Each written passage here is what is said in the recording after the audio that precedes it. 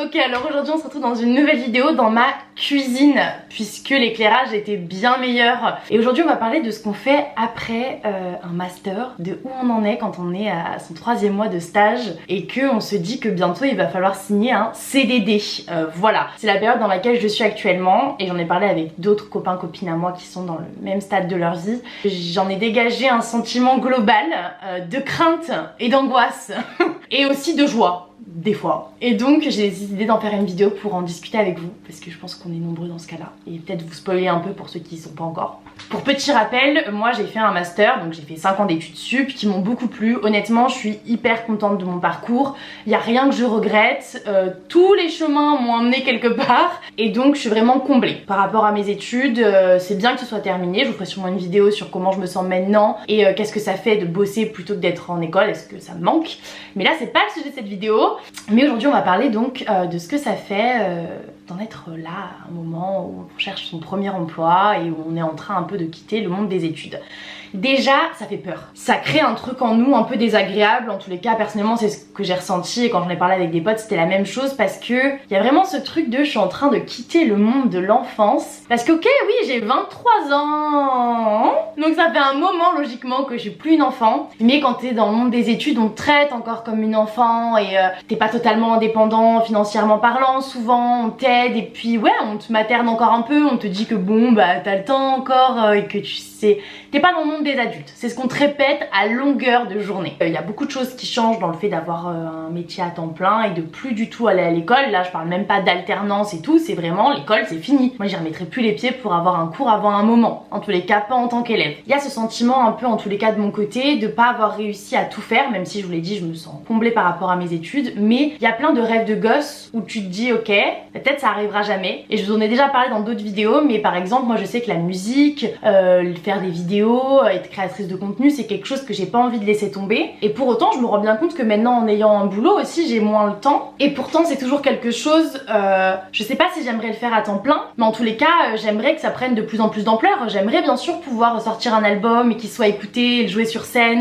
J'aimerais pouvoir continuer à créer du contenu en ayant toujours des plus grands projets par rapport à ce que je vais tourner et ce que je vais shooter et c'est compliqué d'être partout. Je pense que c'est un peu même impossible de faire les choses bien et en étant trop dispersée. Et donc il y a ce truc là qui me fait un peu flipper. De me dire ok, j'ai pas envie de me le dire mais je pense qu'il y a vachement ce truc où tu te prends une claque en te disant ok, donc je serai jamais chanteuse ou alors je serai jamais dresseur de tigre. Tu te prends un peu une claque en te disant ça y est, je me vois en tant qu'adulte. Genre là c'est en train d'arriver. Et là on n'en est plus haut. Quand je serai grand, je ferai ça. Et du coup, tu te regardes dans le miroir en te disant est-ce que l'enfant que j'étais est content de ce qu'il est en train de voir? Est-ce qu'il est en mode waouh, t'as géré, t'es badass ou putain, on s'est planté sur le chemin? Et ça, c'est un peu chelou. Il y a aussi la peur de signer un CDD, un CDI. Pourtant, on sait qu'aujourd'hui, même un CDI, ça se rompt voilà, plutôt facilement. Ça se fait quand même beaucoup. Hein, les jeunes restent plus dans des boîtes pendant 20 ans. Donc, je sais que si je rentre dans une boîte, je peux y rester 2 ans et puis en partir. Ça, on le sait. Mais il y a quand même ce sentiment de ok, si je signe un truc, ça devient quand même vachement réel. Genre je deviens vraiment un adulte et j'ai un salaire et j'ai des responsabilités et c'est plus des lol, c'est pas un stage là, hein, c'est un vrai truc. Et c'est quand même un cap qui, je pense, psychologiquement, bah c'est pas rien du tout et il faut se demander si on est prêt à le faire ou pas. Ce qui rentre aussi en jeu pour moi, c'est d'un coup la multiplicité des choix qui s'offrent à nous, c'est-à-dire que moi je me souviens quand j'étais en DUTTC, je rêvais d'aller à San Francisco, Los Angeles et tout, mais vraiment j'étais obnubilée par cette idée. Et là je me dis, en vrai si j'ai envie d'y aller, qui peut m'empêcher? Je mets de l'argent de côté, j'y vais et puis je vois. Et ça c'était mon rêve ultime il y a genre 4 ans. Et c'est pour ça d'ailleurs que si vous me suivez pas sur Instagram, il faut aller le faire de ce pas. On attend. C'est bon, vous l'avez fait? Non? Ok, on continue. Et je vous ai demandé là-dessus des témoignages de personnes qui avaient bossé aux US et j'en ai eu, donc merci beaucoup parce que ça m'a beaucoup aidé dans mon cheminement de réflexion. En fait, je peux bosser où je veux. Là, il n'y a plus de question de ok, il faut que je choisisse un master en marketing et du coup j'ai qu'une liste et je peux pas aller ailleurs. Et en plus, il faut que je sois acceptée. Non, là en vrai, si je veux aller bosser en Thaïlande, au Mexique, en Alaska, bah en fait, il me reste plus qu'à me bouger, à postuler, à espérer d'être prise ou alors à aller sur place et à démarcher en fait. Concrètement, je peux vivre où je veux. Et ça, c'est un truc genre qui fait péter mon cerveau parce que moi en plus qui aime beaucoup voyager et tout, c'est pas rien et du coup j'arrive pas à savoir où je veux vivre. Je suis en train de chercher un job parce que mon stage va se terminer en 3 mois et il faut savoir que je candidate autant en Suisse que à Los Angeles, qu'à Paris. Enfin vraiment j'ai postulé partout quoi. Ça n'a pas de sens et c'est pas pratique en plus de postuler partout.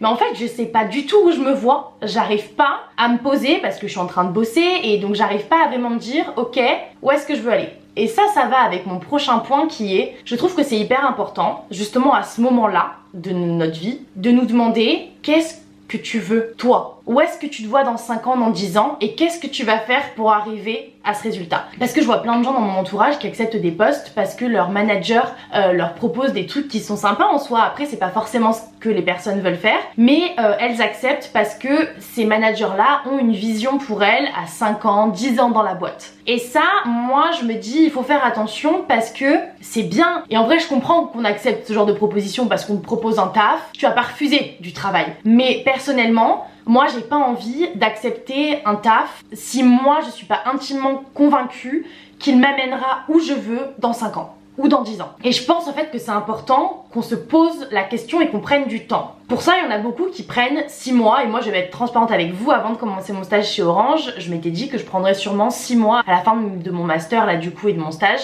pour réfléchir. Soit voyager, je pensais partir peut-être loin, soit faire de la musique, bosser hein, je pensais à faire un mi-temps à côté sûrement dans un supermarché ou quoi, mais prendre du temps pour vraiment me demander où je me voyais parce que je trouve ça important de pas juste se rush dans un CDD ou un CDI et de prendre le temps de se poser les vraies questions pour son avenir plutôt que de juste subir en fait qu'on nous met sur le chemin en mode ah bah prends ce job, prends ci, prends ça parce qu'en fait c'est dur. Moi je le vois déjà, cet engrenage dont on nous parle quand on est enfant et qui nous fait pas vraiment envie. Moi en vrai dans la vie d'adulte ce qui me fait flipper c'est le côté chiant, c'est-à-dire t'as l'impression un peu de subir ta vie. Les adultes ils sont toujours en train de se plaindre de leur boulot, du fait qu'ils sont débordés, qu'ils ont pas le temps de faire ce qu'ils veulent. Moi j'ai pas envie de ça. Pour l'éviter je veux essayer d'anticiper et de voir là où moi je pourrais être épanouie, là où ça ferait du sens pour moi et de pas subir mes choix de carrière.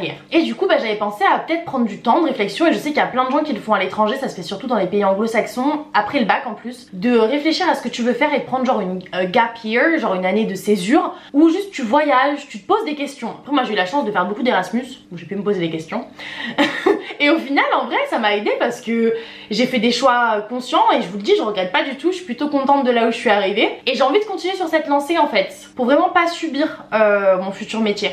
Mais je le vois bien déjà en étant du coup un peu adulte, c'est qu'il y a un engrenage qui fait que moi je commence à être indépendante financièrement parlant et j'ai pas envie d'arrêter de bosser pour d'un coup me retrouver chez papa maman sans un sou. Ça, et pourtant j'ai que 23 ans et ça fait pas longtemps que je suis indépendante financièrement parlant, bah j'ai déjà du mal à le lâcher. Et je me dis ouais mais Gwen d'un côté peut-être qu'il faudrait mieux que tu prennes là 6 mois pour faire de la musique, faire ce que tu veux, tu retournes chez papa maman, c'est pas hyper agréable mais tu peux le faire, t'as 23 ans, plutôt que le faire à 35 quoi. Pas se mentir, ce sera plus dur de tout claquer à 35 ans. En parlant de tout claquer et de l'étranger, il y a un truc aussi qui m'embête un peu, c'est qu'on me dit beaucoup que si je pars pas à l'étranger maintenant, je ne partirai jamais. Et ça moi honnêtement j'y crois oui et non. Je comprends parce que c'est vrai que quand on s'ancre quelque part c'est hyper dur d'en partir. Après pour être parti je me rends compte aussi que c'est beaucoup une question aussi de caractère et d'envie et que quand on veut on peut et que si on est intimement convaincu qu'on sera mieux ailleurs alors on trouve une solution pour partir. Mais du coup j'hésite quand même beaucoup puisque j'écoute les gens autour de moi et je me dis ok peut-être que c'est maintenant qu'il faut que je parte et pas après. Sauf que par exemple là partir à l'étranger, si je voulais partir aux États-Unis ce serait compliqué parce que ils embauchent, pour embaucher des Français ou des étrangers en général c'est compliqué aux États-Unis, ça coûte cher aux employeurs parce qu'en plus il faut qu'ils prouvent qu'il n'y ait pas quelqu'un déjà chez eux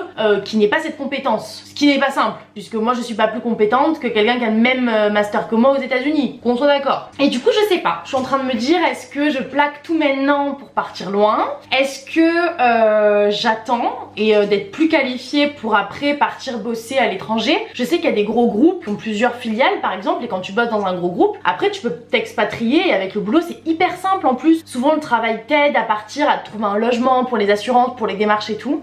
Donc je sais pas trop, je suis dans un moment où tout peut se passer et à la fois je peux faire un choix hyper simple, hyper banal, hyper raisonné et être très heureuse ou est-ce que j'envoie tout valser? C'est un peu un dilemme et c'est un peu bizarre de se dire que maintenant aussi on est assez grand et autonome pour prendre des décisions tout seul et que même si mes parents, mon entourage me donnent leurs conseils, in fine c'est moi qui ai le dernier mot quoi et qui choisit. C'est trop cool mais c'est hyper flippant. C'est tout pour ma crise existentielle de la semaine, j'espère que ça vous a plu. N'hésite pas à me dire toi où t'en es dans ton parcours scolaire, les questions que tu te poses, parce qu'en vrai ces questions là c'est quand même pas la première fois que je me les pose et je me souviens déjà que quand il a fallu continuer mes études en master, je me les étais posées. Quand il a fallu choisir aussi des écoles, je me les étais posées. Mais voilà, j'aimerais bien savoir où est-ce que vous en êtes et est-ce que ça vous angoisse ou pas du tout. Est-ce qu'au contraire c'est une libération pour vous? N'hésite pas à partager la vidéo avec des potes à toi si jamais eux aussi c'est un peu l'angoisse cette fin d'études. N'hésite pas à liker la vidéo et à t'abonner à la chaîne. En vrai ça me fait trop plaisir de voir qu'on est toujours plus nombreux et c'est vrai. Genre c'est vraiment une phrase typique de youtubeur mais qui est vraie. Ça nous fait vraiment plaisir quand vous vous abonnez, quand vous nous laissez un commentaire et tout, genre c'est trop bien. Ça prouve que ce qu'on pense et qu'on réfléchit comme contenu ça vous plaît et vraiment c'est hyper gratifiant de voir que ça vous a intéressé. Donc n'hésitez pas. Et nous on se dit à bientôt avec une nouvelle vidéo. Bye!